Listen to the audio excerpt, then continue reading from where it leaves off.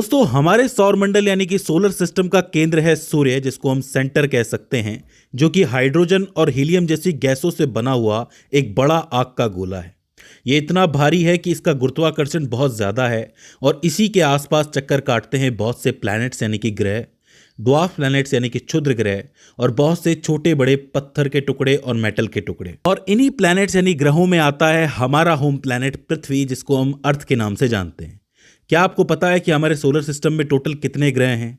8 ग्रह हैं, यानी कि 8 प्लैनेट हैं, जिसमें बुध यानी मरकरी सबसे आगे है, दूसरे नंबर पे शुक्र यानी कि वीनस है, तीसरे पे पृथ्वी यानी कि अर्थ है, चौथे पे मंगल यानी कि मार्स है, पांचवें पे बृहस्पति यानी कि जुपिटर है, छठवें पर शनि यानी कि सैटर्न है, सातवें पर अरुण यानी कि यूरेनस है, और आठवें पर आखिरी प्लैनेट जो है वो है नेपच्यून यानी कि वरुण है। इसके अलावा हमारे ही सोलर सिस्टम में 5 ऐसे प्लैनेट भी हैं जिनको हम ड्वार्फ प्लैनेट या फिर क्षुद्र ग्रह कहते हैं, यानी कि वो ग्रह जो ग्रह नहीं है, मतलब ग्रह की परिभाषा में नहीं आते हैं। मैं आपको बता दूं कि एक ग्रह को कुछ एक परिभाषा यानी कि डेफिनेशन पूरी करनी होती है, तभी वो ग्रह बनता है, अदरवाइज नहीं बन पाता है। तो क्या है वो परिभाषा? परिभाषा ये है कि एक ग्रह यानी कि प्लैनेट एक ऐसा खगोलीय पिंड होता है, सेलेस्टियल ऑब्जेक्ट होता है, जो सूरज के चारों ओर परिक्रमा करता है, घूमता है, और उसका द्रव्यमान इतना होता है कि वो अपने गुरुत्वाकर्षण से गोल हो जाता है। मतलब उसका आकार गोल होना चाहिए, ज़्यादा टेढ़ा मेढ़ा नहीं होना चाहिए। थोड़ा टेढ़ा मेढ़ा चलेगा पर ज़्यादा टेढ़ा मेढ़ा नहीं होना चाहिए, ओवरऑल गोल होना चाहिए। साथ ही वो अपनी कक्षा में ही चक्कर काटता है। कक्षा में चक्कर काटने का मतलब है कि एक फिक्स गोले के अंदर सूरज के आसपास चक्कर काटता है, कभी भी आगे या पीछे नहीं होता। और इसके अलावा उसके रास्ते में जो भी कुछ आए वो उसे निगल जाता है। ऐसे ही हमारे प्लैनेट्स बने थे कि प्लैनेट्स के रास्ते में जो भी धूल मिट्टी आती गई वो सब उसी प्लैनेट में मिल गई, यानी कि ग्रह में मिल गई, और इस तरीके से पूरे ग्रह का निर्माण हुआ। अभी जो क्षुद्र ग्रह होते हैं, जैसे कि प्लूटो एक क्षुद्र ग्रह है, वो क्या करता है कि वो अपनी परिक्रमा करते हुए बाहर निकल जाता है कुछ इस तरीके से। आप देखोगे कि यह आगे बढ़ गया, दूसरे प्लैनेट की कक्षा में घुस गया, ऑर्बिट में घुस गया। इसी वजह से इसको क्षुद्र ग्रह करार दिया गया था, इसको प्लैनेट की लिस्ट से बाहर निकाल दिया गया था। तो अब आपको प्लैनेट और ड्वार्फ प्लैनेट के बीच का अंतर समझ में आ गया। अब मैं आपको आज ये बताने वाला हूं कि हर प्लैनेट पर एक दिन कितना लंबा होता है और उसके एक साल में कितने दिन होते हैं। कहने का अर्थ यह है, जैसे हमें पता है कि हमारी जो पृथ्वी है उसका एक दिन कितनी देर में पूरा होता है? 23 घंटे 56 मिनट और 4 सेकंड के अंदर। और साल कितने दिन में पूरा होता है? 365 दिन 5 घंटे 48 मिनट और 46 सेकंड के अंदर। तो ये वो जो है प्रिसाइज वैल्यू है कि इतनी देर में एक साल पूरा हो जाता है और इतनी देर में एक दिन पूरा हो जाता है। इसी तरीके से जो बाकी प्लैनेट्स हैं उन पर कितने दिन का दिन होता है, कितने दिन का साल होता है, यही हम जानना चाहते हैं।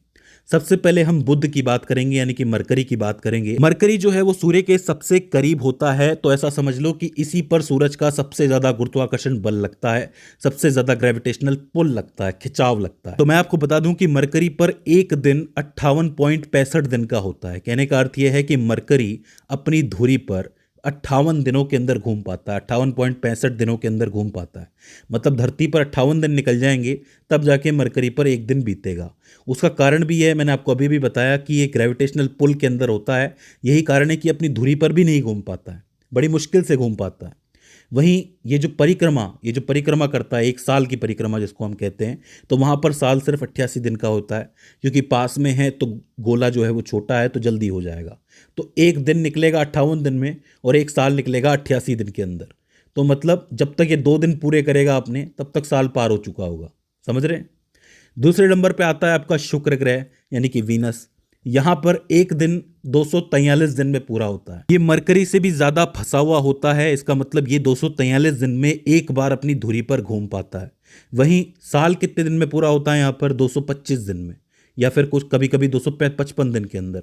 तो मतलब एक दिन पूरा होने से पहले एक साल पूरा हो जाता है शुक्र ग्रह के ऊपर। मतलब जो शुक्र ग्रह है वो अपनी धुरी पर पूरा घूम भी नहीं पाता, इतनी देर में तो वो परिक्रमा पूरी कर लेता है। समझ रहे हो? तो इस तरीके से शुक्र होता है। तीसरे नंबर पे आता है हमारा प्लैनेट, जहां पर आपको मैंने बता ही दिया कि 23 घंटे 56 मिनट 4 सेकंड का एक दिन होता है और 365 दिन 5 घंटे 48 मिनट और 46 सेकंड के अंदर साल पूरा हो जाता है। तो बिल्कुल परफेक्ट जगह पर यह मौजूद है। इसके बाद आता है मार्स यानी कि मंगल। यहाँ पर होता है 24 घंटे 37 मिनट 23 सेकंड का एक दिन, यानी कि लगभग पृथ्वी के बराबर ही। यही कारण है कि हम मार्स पर जाने की कोशिश कर रहे हैं, क्योंकि हमें ऐसा लग रहा है कि जो पृथ्वी के अलावा और कोई प्लैनेट है जो कि रिलायबल होगा वो मार्स ही होगा। मंगल पर जो 1 साल है वो 687 दिन के अंदर पूरा होता है, क्योंकि ये जो है थोड़ा दूर है सूरज से, इसलिए इसकी परिक्रमा लंबी हो जाती है, तो 687 दिन लगते हैं। इसके बाद अगर जुपिटर की बात करें तो यहाँ पर एक दिन जो है 9 घंटे 55 मिनट में ही पूरा हो जाता है। बहुत जल्दी घूम जाता है, गैस का बना हुआ है, ज़्यादा टेंशन वाली बात ही नहीं है। लेकिन यहाँ पर 1 साल बीतने में 12 साल लग जाते हैं। जी हाँ, क्योंकि ये बहुत ज़्यादा ही दूर है और बहुत ज़्यादा भारी भी है। यही कारण है कि इसको टाइम लगता है 12 साल का। इसके बाद अगर शनि की तरफ यानी कि सैटर्न की तरफ चलें तो इसका एक दिन सिर्फ 10 घंटे 40 मिनट में पूरा हो जाता है, लेकिन इसको 1 साल पूरा करने में 29 साल लग जाते हैं, क्योंकि ये इससे भी दूर है, जुपिटर से भी ज़्यादा दूर है।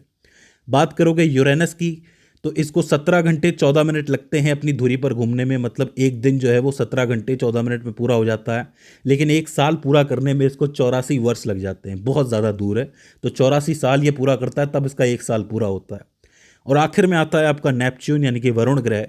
इसको एक दिन पूरा करने में 16 घंटे लगते हैं, ठीक है, लेकिन 1 साल पूरा करने में इसको 165 साल लग जाते हैं। मतलब 1 साल में ही पीढ़ी की पीढ़ी खत्म हो जाए। तो अब आप सोच सकते हो कि बहुत दूर है ये, इसलिए इसका जो गोला है, पूरी कक्षा है, वो बहुत ज़्यादा बड़ी हो जाती है। तो ये चीज़ आपको याद रखनी है।